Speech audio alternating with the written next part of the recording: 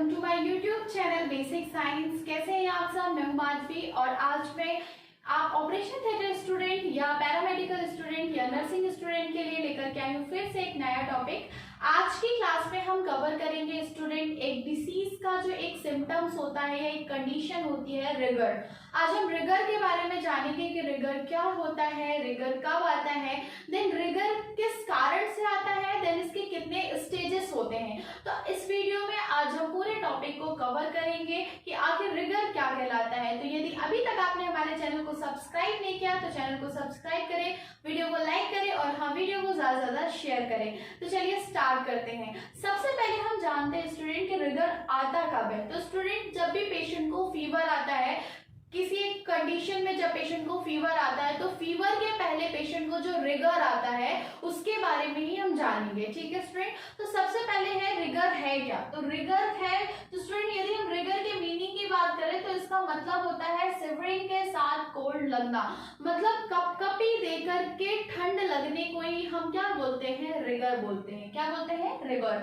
तो जब भी पेशेंट को कपकपी देकर के ठंड लगती है उसको ही हम रिगर कहते हैं। और ये जो रिगर होता है, रिगर में पेशेंट को क्या होता है, शिवरिंग होती है। शिवरिंग होती है का मतलब क्या है, पेशेंट का बॉडी बहुत ज्यादा कोल्ड हो जाता है, पेशेंट को शिवरिंग होने लगती है, कपकपी होने लगती है, देन पेशेंट में रेजिडिटी हो जाती है। जो पेशेंट की बॉडी होती है उसमें रेजिडिटी हो जाती है, पेशेंट की बॉडी में ऐठन हो जाती है, देन जो पेशेंट का बॉडी टेम्परेचर होता है वो क्या हो जाता है, इंक्रीज हो जाता है। इंक्रीज हो जाने का मतलब होता है कि पेशेंट का जो नॉर्मल बॉडी टेम्परेचर होता है उससे जो टेम्परेचर होता है वो इंक्रीज होता है। मतलब पेशेंट को हाइपरथर्मिया या हम हाइपरपायरेक्सिया बोल सकते हैं। पेशेंट को हाइपरथर्मिया या हाइपरपायरेक्सिया हो जाता है। तो आपको मालूम है जब भी मलेरिया वाला फीवर आता है तो फीवर के पहले, फीवर आने के जस्ट पहले के कैसा सिम्टम्स होता है कि पेशेंट को रिगर होता है, पेशेंट को कपकपी देके बुखार ठंड लगती है, पूरा जो पेशेंट का बॉडी टेम्परेचर है वो कम हो जाता है, पेशेंट की पूरी बॉडी कोल्ड हो जाती है और फिर एकदम से पेशेंट का जो टेम्परेचर होता है वो क्या होता है, इंक्रीज हो जाता है। ठीक है स्टूडेंट, तो आज हम उसी रिगर के बारे में बात करेंगे। तो रिगर का डेफिनेशन हमने क्या बताया कि जो रिगर होता है इसमें क्या होता है, शिवरिंग के साथ कोल्ड होता है, मतलब कपकपी देकर के पेशेंट को ठंड लगती है। देन जो पेशेंट होता है, पेशेंट की बॉडी में कपकपी होती है, पेशेंट की बॉडी में रेजिडिटी, पेशेंट की बॉडी में ऐठन होती है। अब हम पेशेंट का जो बॉडी टेम्परेचर होता है वो क्या हो जाता है, इंक्रीज हो जाता है, या पेशेंट को हाइपरपायरेक्सिया हो जाता है, या पेशेंट को फीवर आ जाता है। ठीक है स्टूडेंट, तो ये तो हमने बात की कि रिगर कहलाता क्या है। ठीक है, अब हम बात करते हैं कॉजेज ऑफ रिगर की। क्या क्या कारण है रिगर होने के, मतलब किस कारण से पेशेंट को रिगर से फीवर आता है। ठीक है, तो इसके बहुत सारे कॉजेज होते हैं जिसमें कुछ कॉजेज के बारे में बात करेंगे। यदि पेशेंट को वायरल इन्फेक्शन है, यदि पेशेंट को वायरल इन्फेक्शन है तो वायरल इन्फेक्शन का जो फीवर आता है उसमें भी पेशेंट को स्टार्टिंग कंडीशंस में क्या होता है, रिगर होता है, फिर देन उसके बाद पेशेंट को क्या होता है, फीवर आता है। नेक्स्ट क्या आता है, यूटीआई।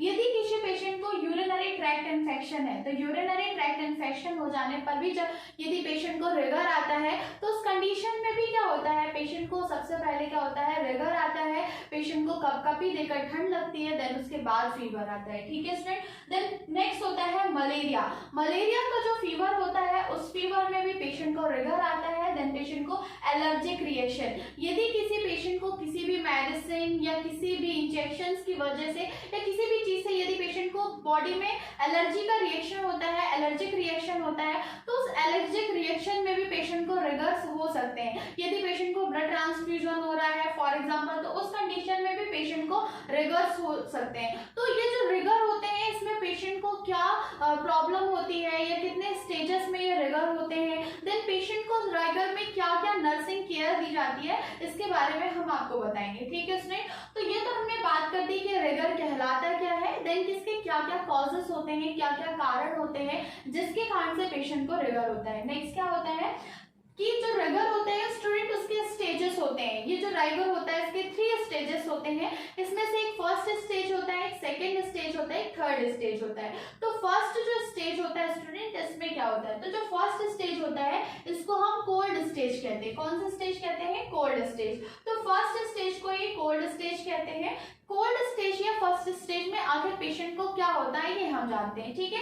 तो sign and symptom of cold stage या फर्स्ट स्टेज, फर्स्ट स्टेज के क्या क्या साइन एंड सिम्टम्स दिखते हैं पेशेंट की बॉडी में। तो जैसे ही पेशेंट को रिगर आता है, स्टार्ट होता है, तो उस कंडीशन में पेशेंट को क्या होता है, शिवरिंग, फीवर आने के जस्ट पहले जो स्टेज होती है रिगर की, उसकी हम बात कर रहे हैं। तो जो रिगर में फर्स्ट स्टेज होती है उसमें क्या होता है, पेशेंट को बहुत ज्यादा शिवरिंग होती है। शिवरिंग का मतलब होता है पेशेंट बहुत ज्यादा कपकपी होती है, पेशेंट को बहुत ज्यादा ठंड लगती है। तो अब इसमें पेशेंट को बहुत ज्यादा ठंड लगती है, जो पेशेंट की बॉडी का स्किन टेम्परेचर होता है वो एकदम लो हो जाता है, पेशेंट का जो बॉडी स्किन होता है वो एकदम कोल्ड हो जाता है, बॉडी एकदम ठंडी हो जाती है, ठीक है स्टूडेंट। नेक्स्ट क्या होता है, पेशेंट का जो बॉडी टेम्परेचर होता है वो 103 फ़ारेनहाइट से क्या होता है, बढ़ जाता है, ठीक है। बॉडी टेम्परेचर बढ़ जाता है, पेशेंट का जो स्किन का टेम्परेचर होता है या पेशेंट की जो स्किन होती है वो कोल्ड हो जाती है। देन नेक्स्ट क्या होता है, पेशेंट का जो पल्स रेट होता है वो क्या हो जाता है, इंक्रीज हो जाता है।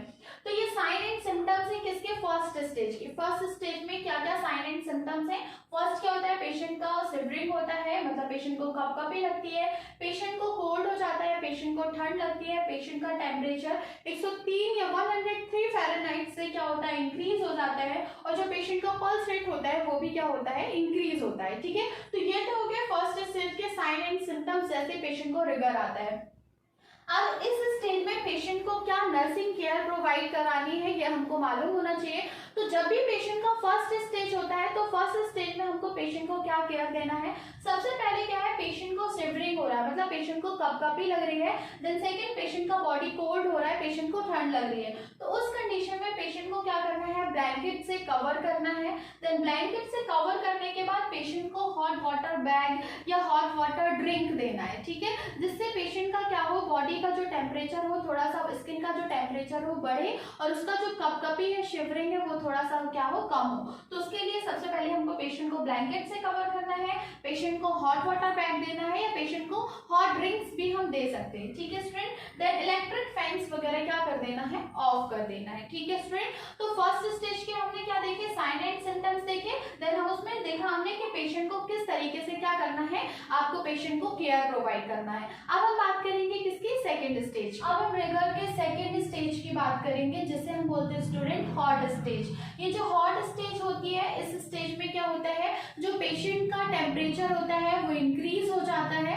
देन इस कंडीशन में हमको पेशेंट को क्या क्या केयर करनी है। तो सबसे पहले हम सेकेंड स्टेज के साइन एंड सिम्टम्स देखेंगे, ठीक है स्टूडेंट। इसे हॉट स्टेज भी कहा जाता है। तो इसमें फर्स्ट जो सिम्टम्स होता है वो क्या होता है, इस स्टेज में जो पेशेंट का स्किन होता है वो क्या हो जाता है, हॉट हो जाती है, मतलब पेशेंट की जो त्वचा होती है वो गर्म हो जाती है। देन सेकंड क्या है, पेशेंट का जो शिवरिंग होता है वो कम हो जाता है, मतलब अभी जो फर्स्ट स्टेज में पेशेंट को कपकपी लग रही थी, वो जो कपकपी होती है वो सेकंड स्टेज में क्या हो जाती है, कम हो जाती है, ठीक है स्टूडेंट। नेक्स्ट होता है, यह जो स्टेज होती है ये 30 to 1 आवर तक होती है, मतलब 30 मिनट से 1 घंटे तक ये स्टेज लगभग रहती है, ठीक है स्टूडेंट, सेकंड स्टेज। देन इस स्टेज में पेशेंट को रेस्टलेसनेस होता है, मतलब इस स्टेज में पेशेंट को क्या होता है, बहुत ज्यादा बेचैनी होती है, पेशेंट को रेस्टलेसनेस होता है। देन इस स्टेज में पेशेंट का जो बॉडी टेम्परेचर होता है वो 105 डिग्री सेल्सियस से भी ज्यादा हो जाता है, ठीक है स्टूडेंट। तो फर्स्ट स्टेज हमने जो देखी थी वो कोल्ड स्टेज थी, है ना। तो उस स्टेज में क्या हो रहा था, पेशेंट को शिवरिंग हो रहा था, पेशेंट को ठंड लग रही थी, तो उसके अकॉर्डिंग हमने पेशेंट को नर्सिंग केयर प्रोवाइड की। अब रिगर का जो सेकंड स्टेज है, इस स्टेज में पेशेंट की जो स्किन होती है वो क्या हो जाती है, हॉट हो जाती है, पेशेंट को शिवरिंग होता है, मतलब शिवरिंग पेशेंट की कम हो जाती है, अभी जो कपकपी लग रही थी पेशेंट को वो कम हो जाती है।